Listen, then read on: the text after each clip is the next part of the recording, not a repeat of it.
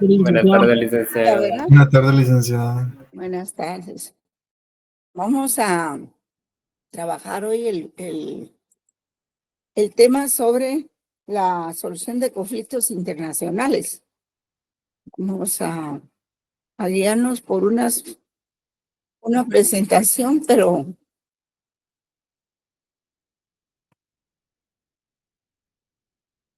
solo me avisan si ya ven la presentación. Ya, licenciada. Gracias.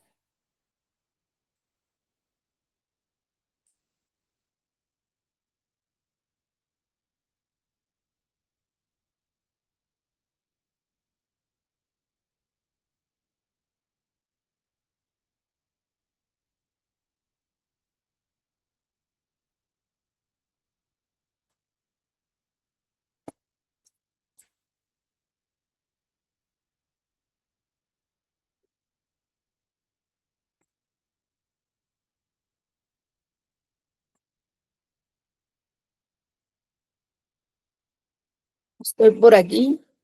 Vamos a ver si la lluvia nos permite trabajar toda la clase, porque si se apaga, si se va la luz, pues es un problema porque se desconectan los routers. Entonces, esperemos que no tener ese problema, ¿verdad?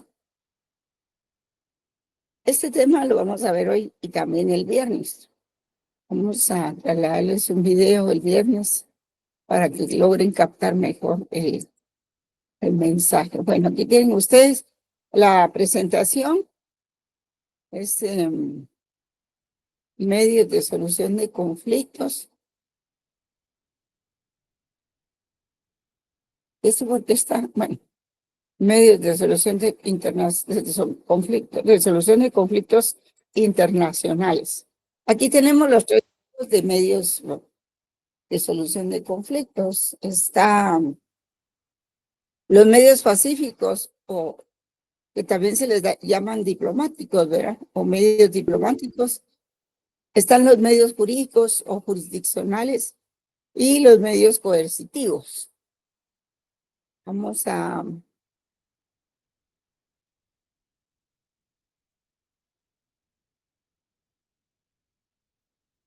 buscar aquí.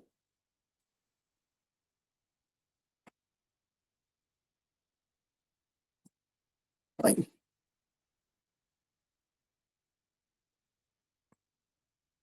Bueno. Este punto ustedes lo tienen en el libro del doctor Carlos Larios. No sé si alguien lo identificó. En ese libro del doctor Carlos Larios también está en el libro del doctor Padilla. En el libro del doctor Carlos, me parece que es en la séptimo capítulo, cuando empieza la séptima parte. Ahí lo pueden encontrar. Vamos a ver aquí.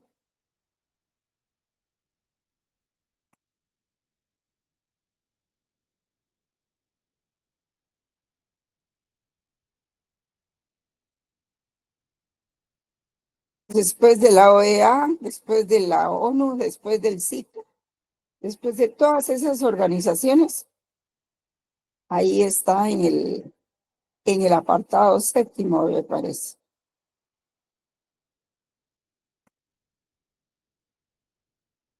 Ahí está los medios pacíficos, los medios para solución de conflictos. La verdad es de que hay medios pacíficos o diplomáticos, como dice ahí, perdón, pero también hay medios jurídicos o jurisdiccionales, que es cuando digamos, las diferencias ya se llevan a las cortes y se terminan los medios pacíficos o diplomáticos, se llevan a las cortes. En todo caso, también hay muchas guerras y ahorita hay varias guerras que están vigentes, ¿verdad? Se están desarrollando, por decirlo así. Y bueno, en principio, todo medio diplomático es pacífico, ¿verdad? Es como que fueran sinónimos, aun cuando no todo medio pacífico es diplomático, ¿verdad? Y por ejemplo, entre estos se incluyen, ahí lo miran bien, la negociación, los buenos oficios, la mediación, la investigación y la conciliación. Todo esto se encuentra establecido en las Cortes de la Haya desde 1907 y en la Carta de las Naciones Unidas, artículos 33 a 38. También están en la Carta de OEA, artículos 23 a 26. Ustedes pueden ahí tomar nota, ¿verdad? Sabemos que la Organización de Naciones Unidas se creó en 1945, ¿verdad? Y no obstante la guerra, pues la guerra en principio está prohibida entre los países, pero prohibida como forma de solucionar conflictos. Y el artículo 1 de la Carta de Naciones Unidas establece que uno de los propósitos principales de la ONU consiste en mantener la paz y la seguridad internacionales, tomando medidas eficaces de seguridad colectiva, tanto para prevenir amenazas a la paz como para suprimir actos de agresión y otros quebrantamientos a la paz. A la paz, sí, lo que pasa es de que lo que se busca es de que neutralizar cualquier intento de levantamiento, de guerra o de conflicto, ¿verdad? Y, por ejemplo, cuando se dio la guerra de Corea en los años 50 del siglo pasado, ¿verdad? Así como cuando se dio la primera guerra del Golfo Pérsico en 1991. Fueron las fuerzas multinacionales de Naciones Unidas bajo la conducción de Estados Unidos quienes intervinieron para suprimir todos esos actos de agresión, ¿verdad? Es decir, por ejemplo, de Corea del Norte contra Corea del Sur y también de Irak contra Kuwait. Y así pues restablecer el status quo conforme a lo establecido en el artículo 7º de la Carta de Naciones Unidas. Entonces se trataba de resolver esos conflictos y de recuperar la paz y la seguridad sociales.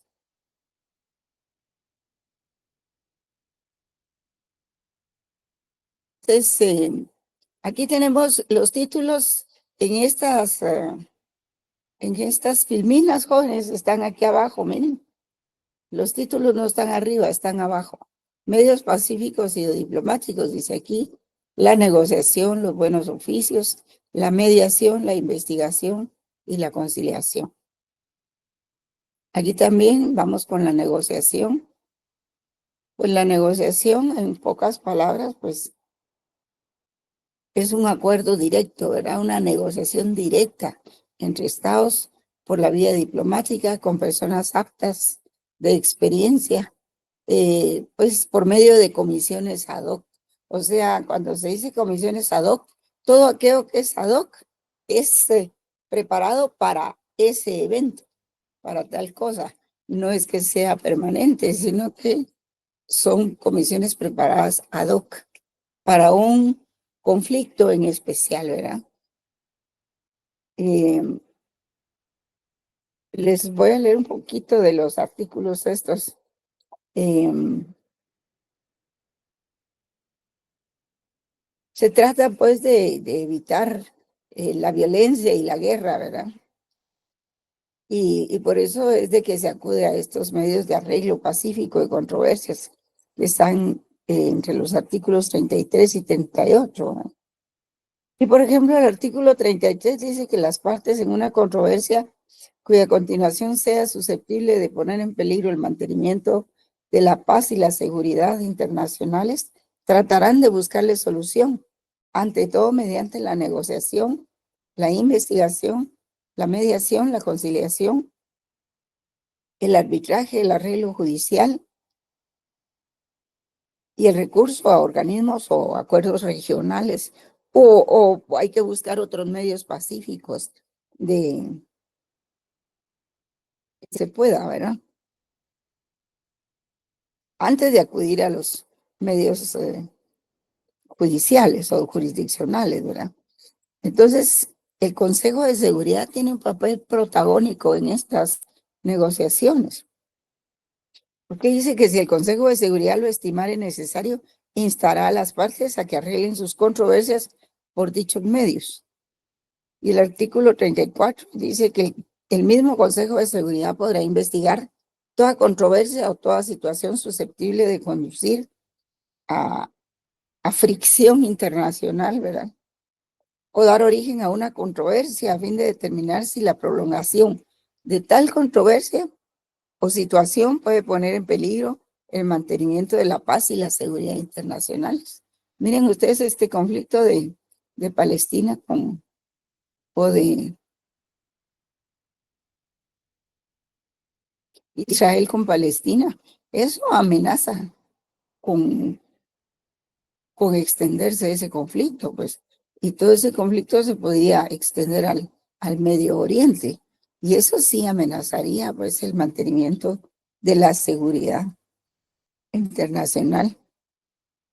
El artículo 35 dice que todo miembro de las Naciones Unidas podrá llevar cualquier controversia o cualquier situación de la naturaleza expresada en este artículo a la atención del Consejo de Seguridad o bien a la Asamblea General, porque cuando actúa la Asamblea no actúa el Consejo, pero si actúa el Consejo, la Asamblea no actúa.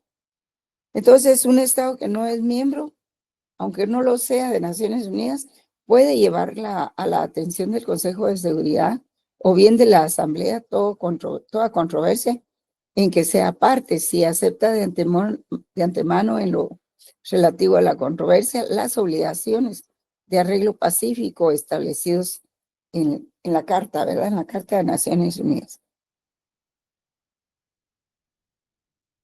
Y el procedimiento que siga la Asamblea, pues es con respecto a eso, quedará sujeto a las disposiciones de los artículos 11 y 12. Ya los vamos a ver. Entonces, en el artículo 36 dice que el Consejo de Seguridad, de que trata el artículo 33 o una situación de índole semejante, puede recomendar los procedimientos o métodos de ajuste que sean apropiados, ¿verdad? El Consejo de Seguridad deberá tomar en consideración todo procedimiento que las partes hayan adoptado para el arreglo de la controversia. Y al hacer recomendaciones de acuerdo con ese artículo, el Consejo deberá tomar también en consideración que las controversias de orden jurídico, por regla general, deben ser sometidas por las partes a la Corte Internacional de Justicia, conforme a las disposiciones del Estatuto de la Corte Internacional de Justicia, ¿verdad? Porque la Corte también tiene su estatuto, sus normas. Y también, si las partes en la controversia de la naturaleza definida en ese artículo 33 no logran arreglarla por los medios indicados en dicho artículo, la someterán entonces al Consejo de Seguridad, ya no a la Asamblea, sino al Consejo de Seguridad. Y si el Consejo de Seguridad estimare que la continuación de la controversia es realmente susceptible de poner en peligro el mantenimiento de la paz y la seguridad internacionales, el Consejo de Seguridad decidirá si ha de proceder de conformidad con el artículo 36 o si ha de recomendar los términos de arreglo que considere apropiados, ¿verdad? Ahora, sin perjuicio de lo que recomiendan todos esos artículos, el Consejo de Seguridad podrá, si así lo solicitan las partes, en una controversia, hacerles recomendaciones para que lleguen a un arreglo pacífico, ¿verdad? Pero bueno, si todo eso no se logra antes, entonces la negociación, hay que optar por la negociación, ¿verdad? Que fue lo que hizo el presidente Santos de Colombia cuando llevó a cabo una negociación de paz bilateral directa con las FARC en La Habana. Es lo que ahora hace el presidente Petro, negociando directamente con el ELN y también en La Habana, lo hacen en La Habana. Y también pueden llevar a cabo una investigación acerca de cómo ocurrió algún hecho que se encuentre en el origen de una disputa o discusión entre dos o más países, ¿verdad? Entonces, ese aspecto de la negociación es el acuerdo directo o negociación directa entre estados por la vía diplomática, con personas aptas de experiencia, que son comisiones ad hoc. Y cuando son varios estados se convoca una conferencia, que puede ser por escrito o como recurso previo antes de recurrir a otros procedimientos. También cuando Guatemala, al negociar el fin del conflicto interno de 36 años, firmó los acuerdos de paz en 1996. Pero ahí más que todo, sí, ahí más que todo hubo mediación de la ONU. Entonces, también se puede ocurrir a acuerdos regionales. Y eso fue lo que hizo Guatemala cuando decidió llevar la disputa territorial que mantenemos con Belice a un procedimiento de conciliación en la OEA a principios de siglo. U otros medios de su elección, ¿va? Como veremos, los países centroamericanos, en el caso de los conflictos armados de los años 80, se eligió el procedimiento de la mediación por medio de Naciones Unidas. Fue Naciones Unidas la que medió ahí.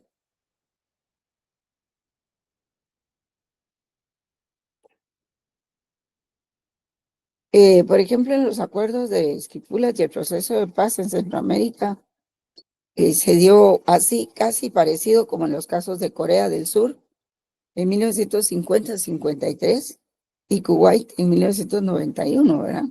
Que se puso a prueba el funcionamiento del principio de seguridad colectiva previsto en el artículo primero de la Carta y se comprobó que sí es posible aplicarlo en otros casos como la guerra de Vietnam, como la Segunda Guerra del Golfo en el año 2003 o como Ucrania en la actualidad.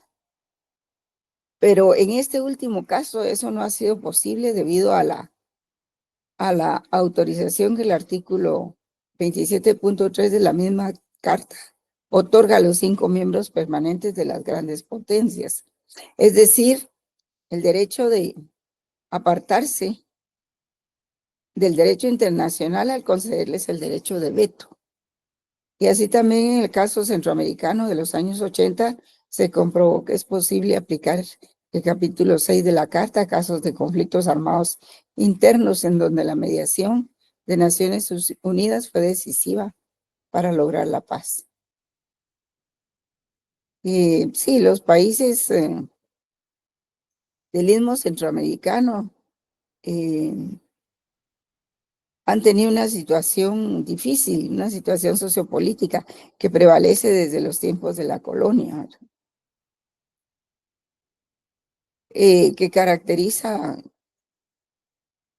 es caracterizada por los economistas cuando le llaman tiempos del subdesarrollo, ¿verdad? Mientras que desde el punto de vista de los científicos sociales se llamó pobreza, para ser más claros. Y que nosotros preferimos llamar la gran crisis de la desigualdad social. Factores que ambos que unidos a la ausencia de la democracia, desde el punto de vista político, estuvieron en el origen de los conflictos, tanto en Guatemala como en El Salvador. Mientras que en Nicaragua, en donde una revolución popular había derrocado al régimen de Somoza más bien se trató de una intervención armada de Estados Unidos para derrocar al gobierno sandinista, el cual se suponía luego se demostró que no era el caso. Buscaba superar esos problemas de su desarrollo económico, de desigualdad social y ausencia de democracia, ¿verdad?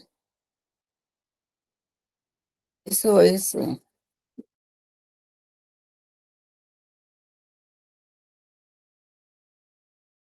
alinear a los gobiernos de lo que después los americanos dieron en llamar Triángulo Norte en contra de los sandinistas.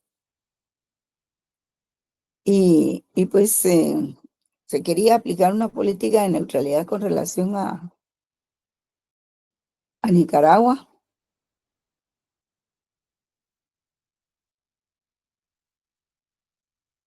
a cambio del alejamiento de campamentos de refugiados, como les dije, ¿verdad? En la frontera con Chiapas, México.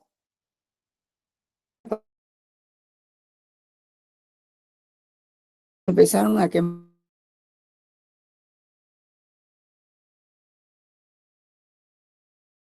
como pudieron a la frontera, a la selva de Quintana Roo. Y, y pues todo eso es una realidad.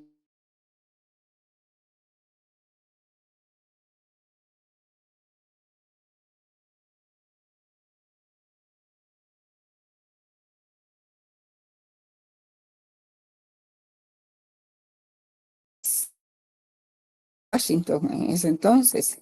Y esa neutralidad sin adjetivos fue la política que Cerezo cambió al darle el calificativo de activa, porque buscaba promover activamente la paz en toda la región centroamericana, no solo en Guatemala. Y también otra cosa importante es que el Grupo de Río no solo nació de los esfuerzos de Contadora, sino también de la actual CELAC.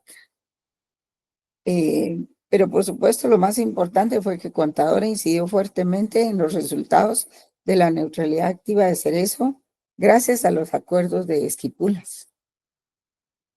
Entonces, los acuerdos de paz de Esquipulas fue una iniciativa hecha a mediados de la década de los 80 para resolver los conflictos militares que plagaron a América Central por muchos años y en muchos casos, Guatemala principalmente por décadas. Y este acuerdo fue construido sobre el territorio trabajado por el grupo de Contadora entre 1983 y 1985. Y el acuerdo tiene su nombre, ¿verdad? Por la localidad de Esquipulas, Guatemala, donde tuvieron lugar las reuniones iniciales. Y, y sí continuó el proceso, ¿verdad? Después se dio la otra reunión que fue el acuerdo de Esquipulas 2 y que ese ya fue firmado en la ciudad de Guatemala, siempre por el presidente Vinicio Cerezo, el presidente de El Salvador de ese entonces, José Napoleón Duarte, el presidente de Nicaragua, Daniel Ortega, el presidente de Honduras, José Azcona Hoyo, y el presidente de Costa Rica, Óscar Arias Sánchez, el 7 de agosto de 1987. Entonces, de ahí ya se firmó el acuerdo de Esquipulas II, que definió un número de medidas para promover la reconciliación nacional y el final de las hostilidades, ¿verdad? La democratización, las elecciones libres, el término de todas las hostilidades, de toda asistencia también, terminaba toda asistencia para las fuerzas militares irregulares, negociaciones sobre el control de armas y la asistencia a refugiados. También sentó las bases para los procedimientos de verificación internacional y proveyó de una agencia para su implementación. Sí se hizo unas leyes, por ejemplo, cuando volvieron los refugiados, se hizo una ley de documentación personal que estuvo vigente durante cierto tiempo para anotar todos aquellos nacimientos, muertes y todo eso, que de actas que habían desaparecido en los registros civiles que habían quemado, ¿verdad? Porque ahí resultaron muchos registros civiles con la documentación quemada. Entonces no se sabía, no había registro de muchas personas. También sentó las bases para los procedimientos de verificaciones internacionales y proveyó una agenda para su implementación, ¿verdad? Como le decía. Entonces, por supuesto que el gobierno estadounidense rechazó este movimiento como ilegítimo y no democrático, pero ese rechazo no tuvo efecto alguno. En realidad fue exitoso, ya que fue un astuto ataque político al gobierno sandinista de Nicaragua. Eventualmente el acuerdo fue reescrito para satisfacer a todos sobre las bases para el acuerdo de Oslo en 1990.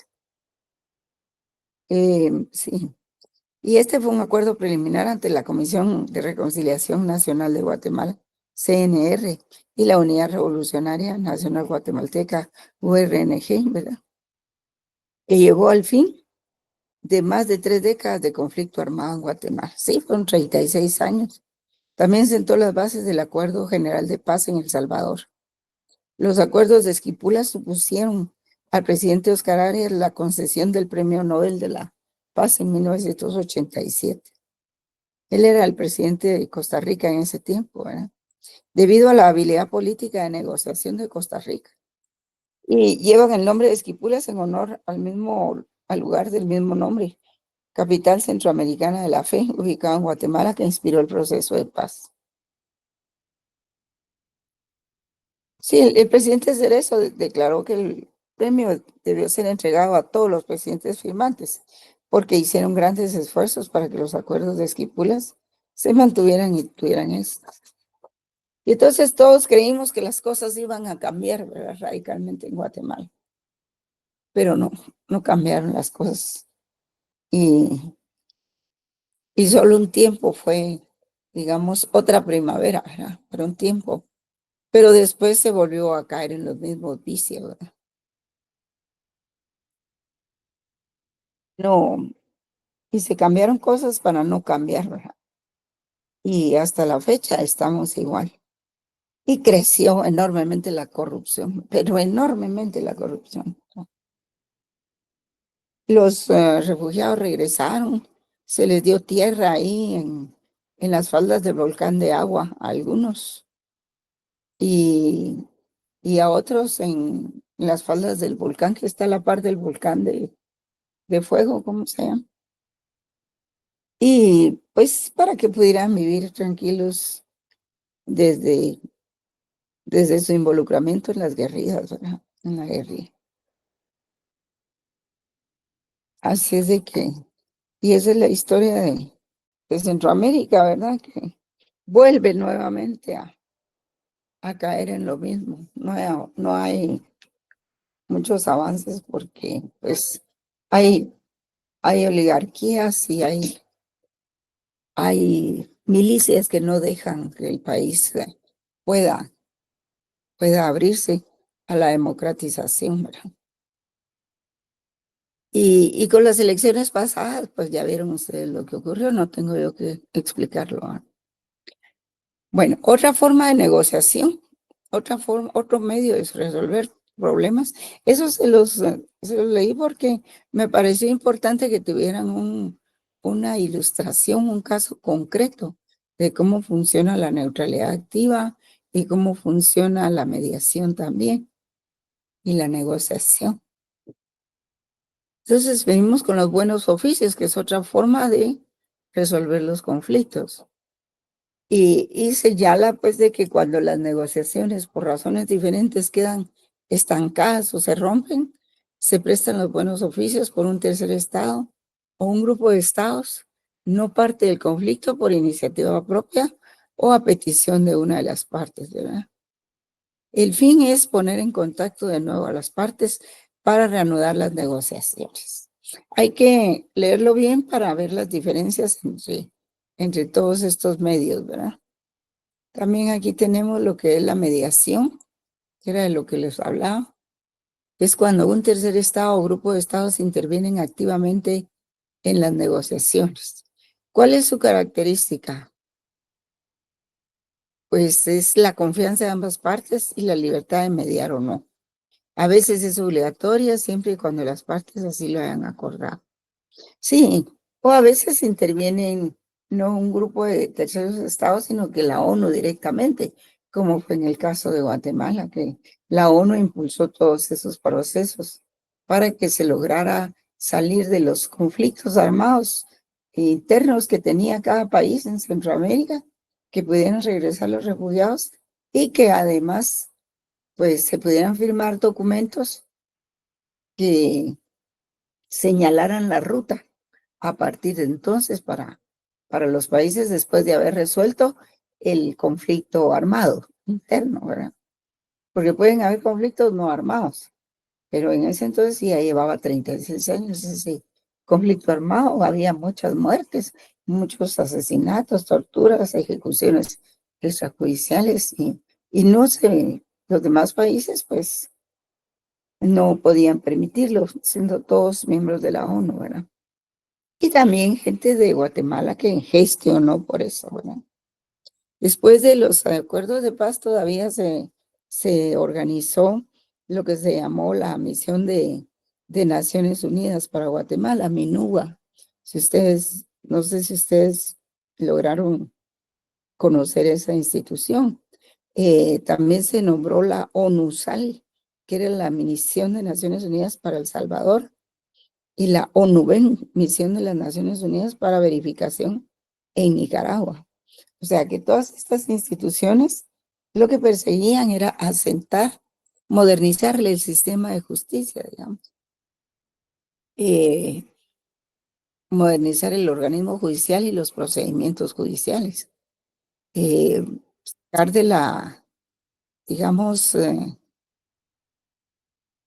de la pobreza a muchos sectores, sobre todo darle su lugar a lo que son los sectores indígenas, ¿verdad?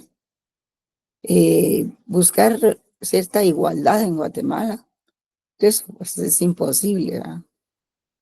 Y, y forzar a que siempre hubieran elecciones libres, ¿verdad? Y entonces eso era lo que perseguían. Y estas instituciones, ONUVEN, ONUSAL y MINUGA, se quedaron para verificar eso durante los siguientes 10 años después de la firma de la paz. Entonces, las Naciones Unidas verificó que se respetara la vida de los excombatientes de la guerrilla una vez que fueron desmovilizados y desarmados, convirtiéndose en partidos políticos. Y el FMLN en El Salvador se convirtió en el segundo partido más importante del país, junto con Arena. E hizo gobierno durante la década del 2009 y el 2019 con los presidentes Mauricio Funes y Salvador Sánchez Serén. En Nicaragua, los sandinistas FSLN retornaron al gobierno en las elecciones del 2008 y desde entonces la familia Ortega restableció un régimen autoritario que se mantiene en el poder mediante la represión y el encarcelamiento de opositores, ¿verdad? Puede regresar a lo mismo prácticamente, porque así lo hacía Somoza, ¿verdad? Evitando su participación en los procesos electorales. En Guatemala, la URNG se convirtió en partido político, pero su presencia tanto en el terreno electoral como en el Congreso de la República, en donde han logrado elegir algunos diputados, es de escasa importancia. No obstante, mejores resultados, ya que fueron mejores estos resultados, ¿verdad? Mejor que los otros países. Y ya que los compromisos para llevar a cabo reformas en el terreno económico-social es en donde menos cambios significativos han ocurrido. Sí, ocurrieron algunos cambios políticos, pero en el terreno económico-social no se han llevado a cabo. Hay más pobreza, hay más corrupción, hay más gente, pues, incompetente que se ha instalado en todos los organismos del Estado, ¿verdad? Por parentescos, porque son familia o porque roban.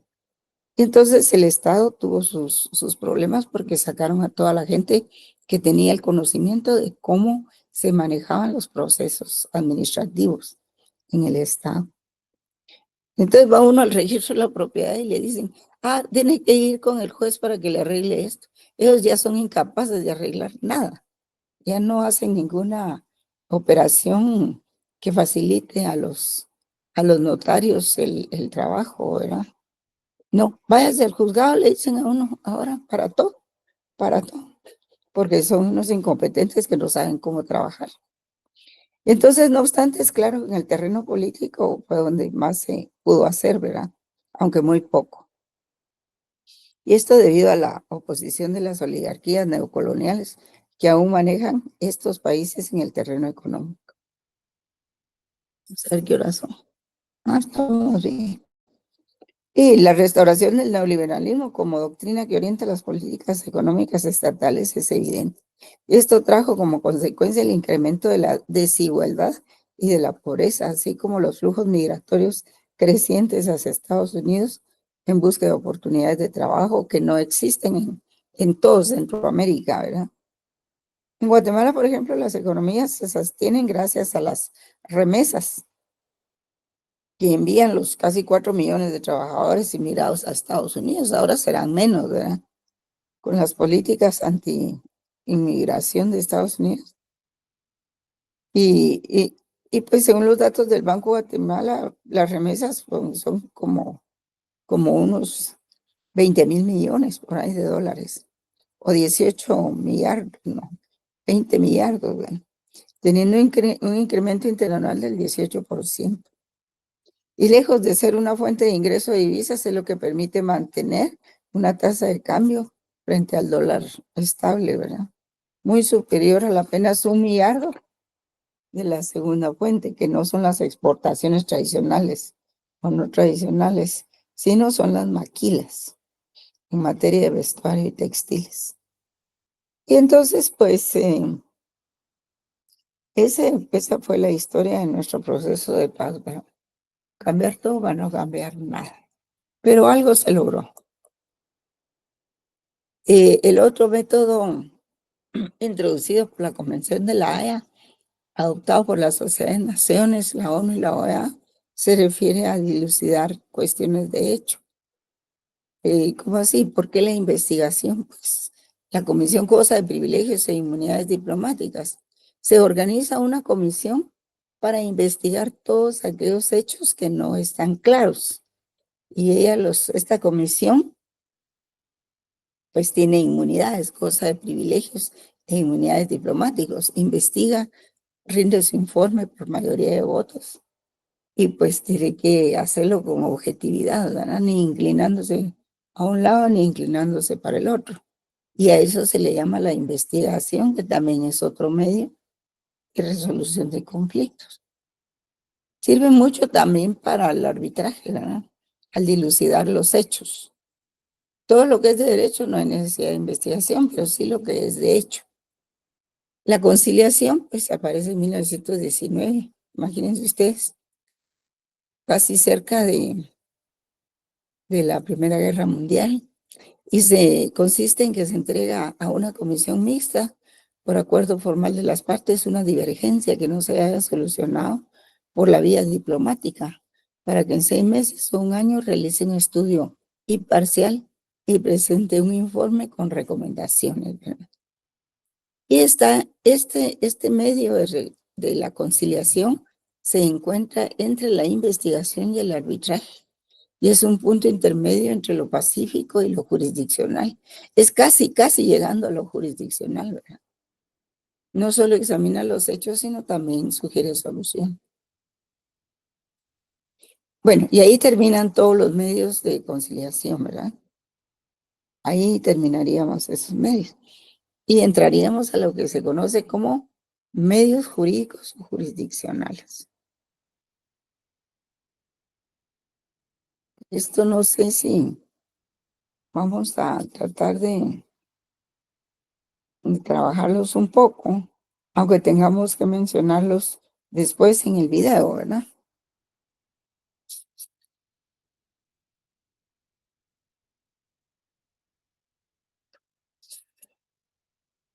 ¿Y cuáles son los medios jurídicos o jurisdiccionales? Es cuando existe un órgano con poder de juzgar, cuando existen medios cuasi jurídicos o cuasi jurisdiccionales.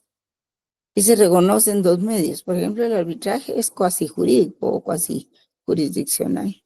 Y la decisión judicial a través de la Corte Internacional de Justicia, que es lo que estamos esperando nosotros con relación a Belice. Pero ya lleva como 5 años la interposición de nuestra acción y no hemos tenido respuesta. La cuasi jurisdicción, pues es la función jurisdiccional, se ha globalizado, diversificado y especializado. Tenemos aquí, pues, la globalización de los tribunales, ¿verdad? Por ejemplo, los tribunales en general, pues existen tribunales internacionales generales, existe el Tribunal Permanente de Justicia, es uno de los tribunales generales, y eh, es el Tribunal Permanente de Justicia Internacional y la Corte Internacional de Justicia. Tradicionalmente se ha aceptado el arbitraje y la decisión judicial a través de la Corte Internacional de Justicia. Hoy la función jurisdiccional también se ha especializado. De esto hay mucho que hablar, ¿verdad? Pero no podemos entrar en mucha discusión por el tiempo. Entre los tribunales especializados, porque estos que acabamos de ver aquí es los tribunales en general, ¿verdad? Pero estos tribunales especializados, por ejemplo, la Convención de Derechos del Mar, la CONVEMAR llamada así, ¿verdad? Únicamente acepta el arbitraje para resolver los conflictos que se dan en el mar, ¿verdad? Y existe pues el Tribunal de Derecho del Mar. También existe otro tribunal muy importante, es Tribunal Penal Internacional. Están los tribunales de derechos humanos, como la Corte Interamericana de Derechos Humanos y el Tribunal Europeo de Derechos Humanos también. Ese Tribunal Europeo es muy activo y es muy fuerte y persigue en todos los países a quienes violan los derechos humanos. Los europeos son especialistas en eso, ¿verdad? Y esta Corte Interamericana que surgió del Pacto de San José. También está el Tribunal para Conflictos sobre Derecho Mercantil, sobre asuntos de integración, sobre el Tribunal de Justicia en Común, de Justicia en Común, el Tribunal de la Comunidad Andina, la Corte Centroamericana de Justicia y el Tribunal de Cuentas. También están los tribunales de la Unión Europea. Si esta Corte Centroamericana de Justicia y Tribunal de Cuentas también está contextualizada dentro de lo que es el Parlamento. Son varias instituciones ahí. Está el Parlamento Centroamericano, está la Corte Centroamericana de Justicia y otras instituciones que ahorita no me recuerdo. Todo esto está en el libro del doctor Carlos Larios Jóvenes. Seguimos con los tribunales especiales. También están los tribunales, entre ellos están los tribunales para conflictos sobre derecho mercantil, conflictos de derecho mercantil, ¿verdad? Tratados de libre comercio, documentos de crédito y todo eso que se mira en derecho mercantil. Están también los tribunales para asuntos de integración. Está el Tribunal de Justicia de Comunidades Europeas. Como ellos están organizados en lo que se llama la Unión Europea, entonces tienen también su jurisdicción, ¿verdad? Sus tribunales para diversos aspectos especiales. Está en América Latina, pues está aquí el Tribunal de la Comunidad Andina. También está la Corte Centroamericana de Justicia, que ya lo dijimos, el Tribunal de Cuentas. Están los tribunales de la Unión Europea. Bueno, estos que dice ad hoc aquí fueron creados en su momento para juzgar ciertos casos de genocidio, sobre todo esto que está aquí, el de Nuremberg, que fue para la guerra de la Segunda Guerra Mundial, el de Tokio, el de Yugoslavia, Ruanda, Camboya, Sierra Leona. O sea, este de Sierra Leona tuvo mucho que ver con la esclavitud, ¿verdad? Y cómo eran a veces los portugueses iban a cazar y los españoles también, los ingleses, a cazar a personas de raza negra, al África, a todas esas regiones. Y entonces cuando hacían sus inventarios y la autoridad les preguntaba cuántos esclavos tenían que llevar, si se excedía el número, entonces los tiraban al mar, ¿verdad? Imagínense ustedes qué pavoroso es. También están los tribunales de derechos humanos nacionales de España, Bélgica, Estados Unidos, Israel e Italia. Ahora, como entes no jurisdiccionales está el Tribunal Permanente de Arbitraje Internacional.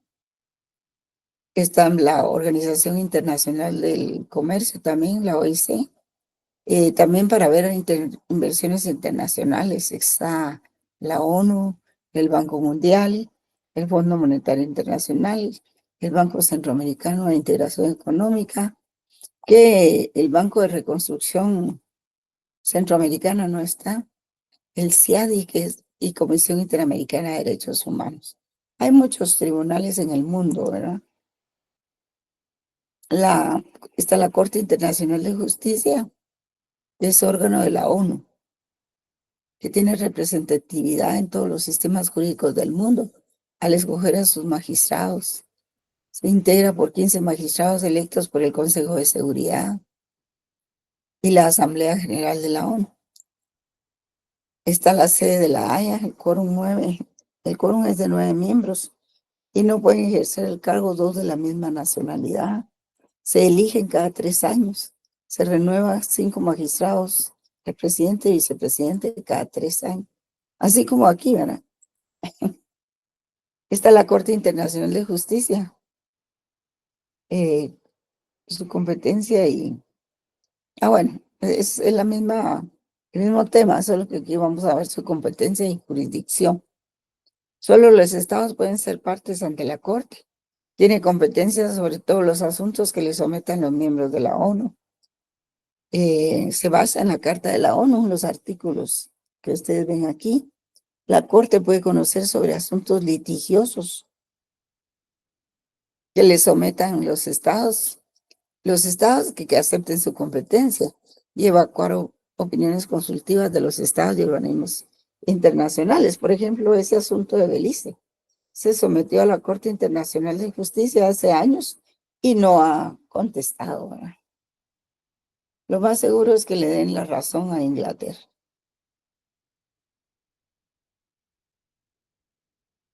Y este artículo dice que con respecto a la Corte Internacional de Justicia, casi siempre es objeto de reserva por parte de los estados para proteger la jurisdicción interna de sus propios tribunales, en virtud de que aceptarlo obliga a los estados a aceptar como obligatoria su jurisdicción.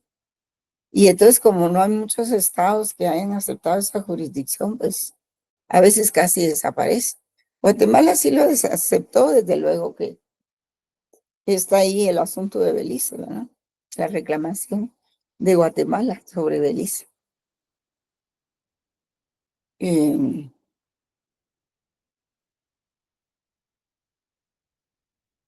En el procedimiento en la Corte Internacional de Justicia, pues que los asuntos se inician por medio de notificación del compromiso o solicitud del secretario, indicando el objeto y las partes. La Corte puede ordenar medidas provisionales y las partes son representadas por agentes, consejeros, abogados. Y el procedimiento tiene dos fases, oral y escrita. Y se notifica a los agentes consejeros, abogados o a los gobiernos. Ese es el procedimiento ante la Corte Internacional de Justicia.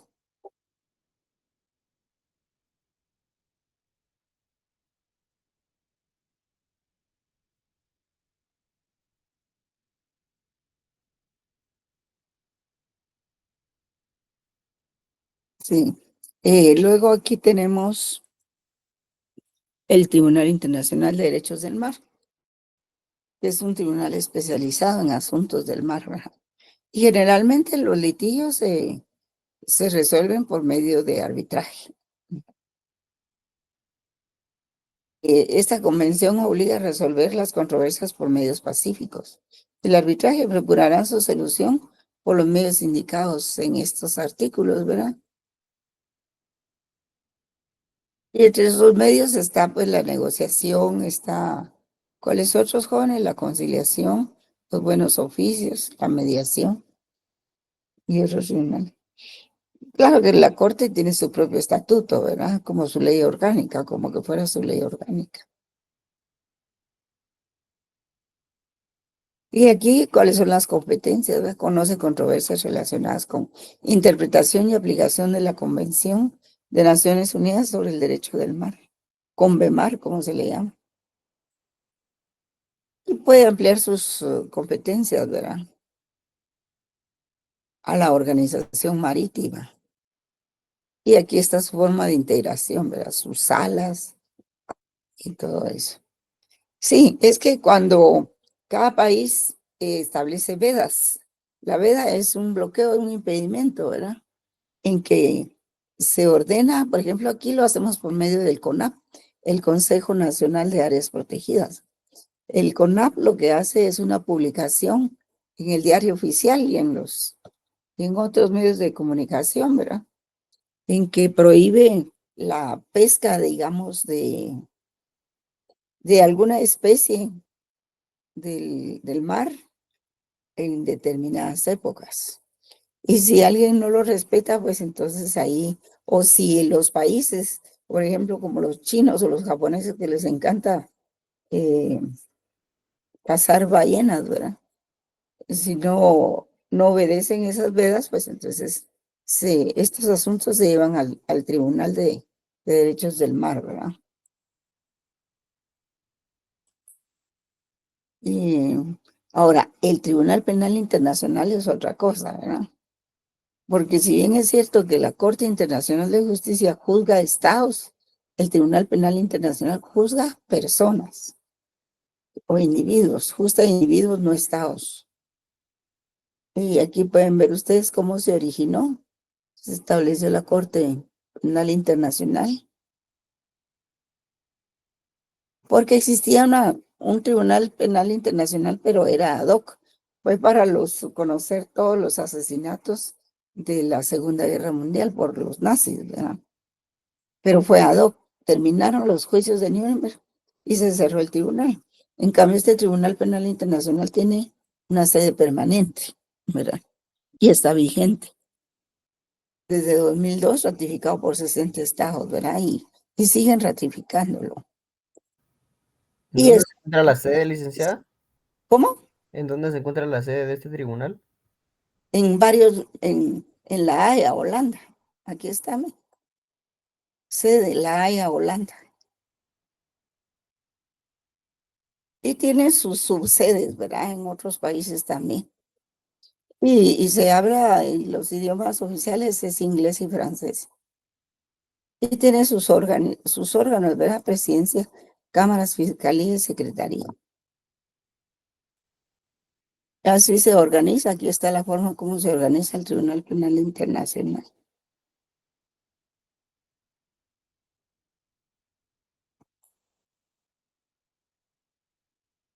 Y lo que es su competencia y jurisdicción, ¿verdad? Le compete conocer delitos de lesa humanidad, crímenes de guerra, violaciones graves a las leyes y prácticas aplicables en conflictos armados, genocidio. La agresión, terrorismo y tráfico de drogas no alcanzaron consenso.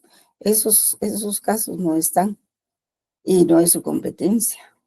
Y recuerden, juzga a individuos no estados, ¿verdad? Es un medio de juzgar casos en que la administración de justicia ha colapsado, ¿verdad? Sobre los principios de cosa juzgada, especialidad y retroactividad, presunción de inocencia y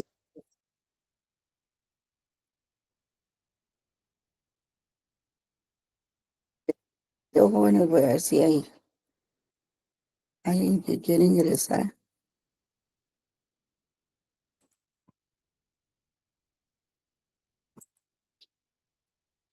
Y están también los tribunales y comisiones especializados para derechos humanos. O sea que cuando uno plantea la duda si el derecho internacional es derecho o no lo es, por supuesto que sí lo es porque tiene toda un entramado de tribunales y de competencias y jurisdicciones en cada uno, ¿verdad? Por ejemplo, los tribunales especiales en derechos humanos, estos órganos jurisdiccionales o cuasi jurisdiccionales son especializados en contraposición a los ad hoc, porque estos fueron institucionalizados para juzgar un caso concreto. Entonces, o casos generales, ¿verdad? En relación con una materia. Y estos tribunales, pues, pueden ser derechos humanos, integración, comercio, etcétera. Nosotros tenemos la Comisión Interamericana de Derechos Humanos y, y pues las sentencias de la Comisión Interamericana son obligatorias. Y Guatemala ha tenido muchas sentencias condenatorias para ella. Y tiene que cumplir lo que dicen, tiene que cumplir. Hay un catálogo tremendo de conflictos derivados de violación de derechos humanos por el conflicto armado interno. Hay una cantidad.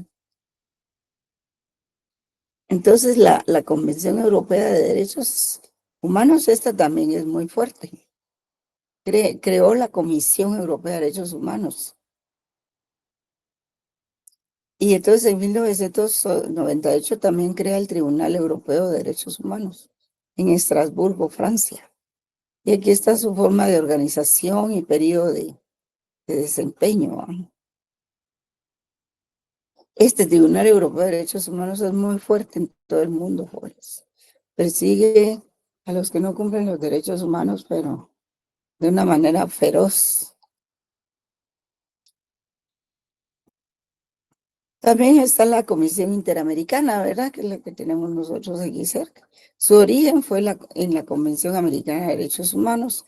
Su sede está en Washington y se compone de 7 miembros electos en Asamblea General de la OEA. Promueve la observancia y defensa de los derechos humanos. Cualesquiera persona o entidad no gubernamental puede denunciar violaciones a la Convención. Artículo 44, investiga, pide informes, prepara informes, puede acudir a la Corte Interamericana de Derechos Humanos. Porque aquí estamos hablando, como pueden ver ustedes, de la Comisión de Derechos Humanos. No estamos hablando de la Corte. Las denuncias primero las recibe la Comisión, y si la Comisión no las puede resolver, entonces las traslada a la Corte Interamericana de Derechos Humanos. Ay, perdón. Bueno, ya habíamos visto la Comisión Interamericana de Derechos Humanos y aquí está la Corte. Ay, perdón, jóvenes.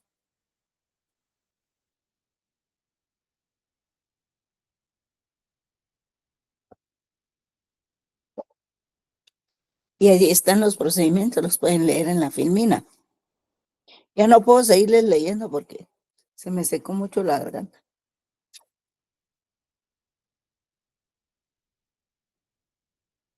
Entonces, las sanciones pueden ser de reparación de daños, ¿verdad? Con indemnizaciones, o bien de una satisfacción, ¿verdad? Que es por daño moral. Eso ya lo hemos visto.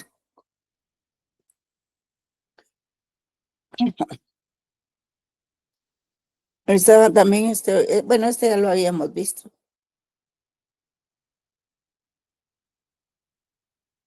Está la Corte Centroamericana de Justicia, que está dentro del sistema de integración económica centroamericana, ¿verdad? Está el Parlacén y está la Corte Centroamericana de Justicia dentro del SICA, que antes era la ODECA. También está el Tribunal de Justicia de la Comunidad Andina, que atiende a todos estos países de América del Sur. Su sede en Quito. Está el arbitraje también, que es una institución destinada a la solución pacífica de los conflictos internacionales. Cuando dos estados están en conflicto, someten su diferendo a la decisión de una persona, árbitro, o de varias personas, comisión arbitral, libremente designadas por los estados y que deben resolver apoyándose en el derecho o en normas que las partes acuerden señalarles. Es una de las instituciones más antiguas del derecho internacional. Vamos a ver.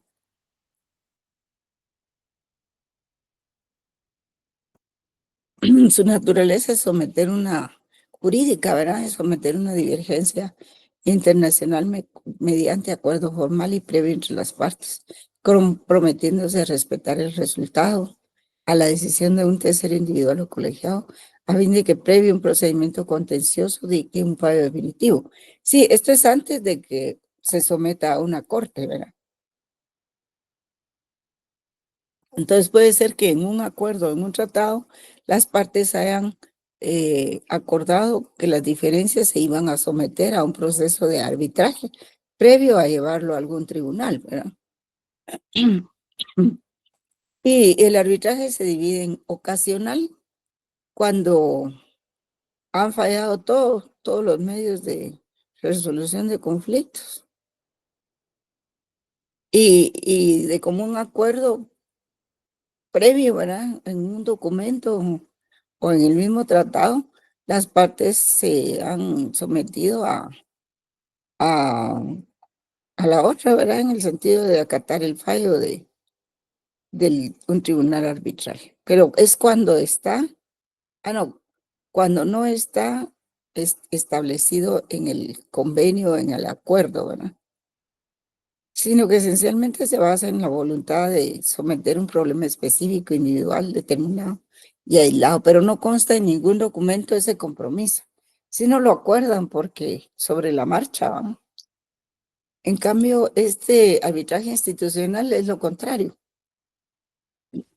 Es cuando sí está en el tratado el acuerdo de que en caso de conflicto se va a someter al tribunal de arbitraje, ¿verdad? Al procedimiento de arbitraje. Y aquí hay muchos tribunales de arbitraje, ustedes van a encontrar internacionalmente, hay cantidades. Está la instancia de solución de controversias del Mercosur, la Organización Mundial de Comercio, con su Consejo General, reunido como órgano de solución de controversias de la OMC, es la Organización Mundial de Comercio. Tiene dos órganos, el de examen de las políticas comerciales, dictámenes técnicos, y el órgano de solución de controversias, que es el órgano de apelación. Tiene un centro de arreglo de diferencias relativas a inversiones, CIADI, ¿verdad? Del Banco Mundial. Y aquí, pues,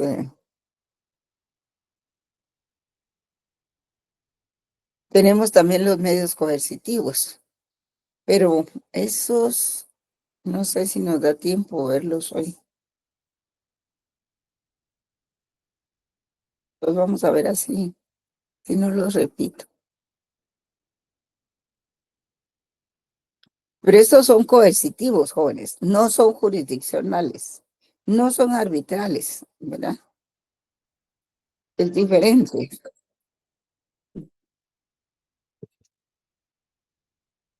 Entonces, estos son medios coercitivos. Entonces, no son procesos judiciales, pero sí son medios que detienen al enemigo, ¿verdad?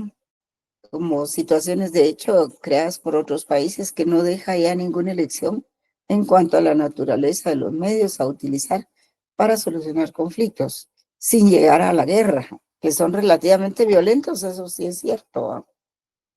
Por ejemplo, tenemos aquí la retorsión. Vean ustedes, aquí abajo están los títulos.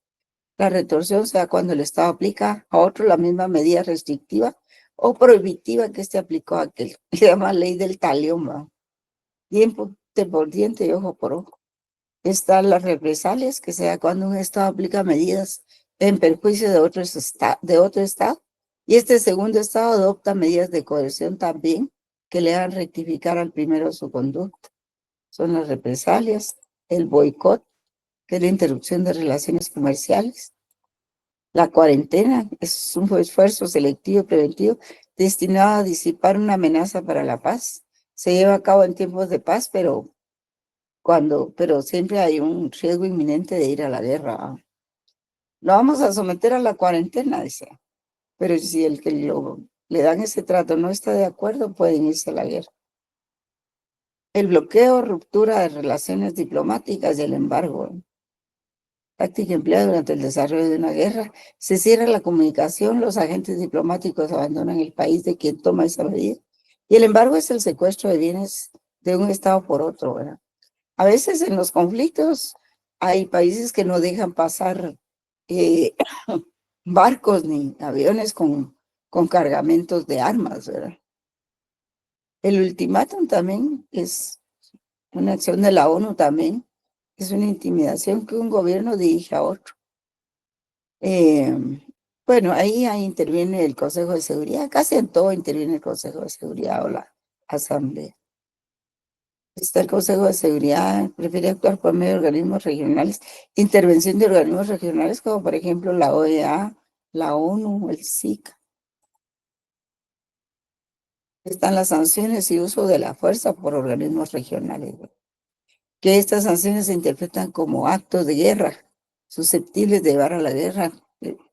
Y por ello se hace aceptar que los estados mismos apliquen sanciones.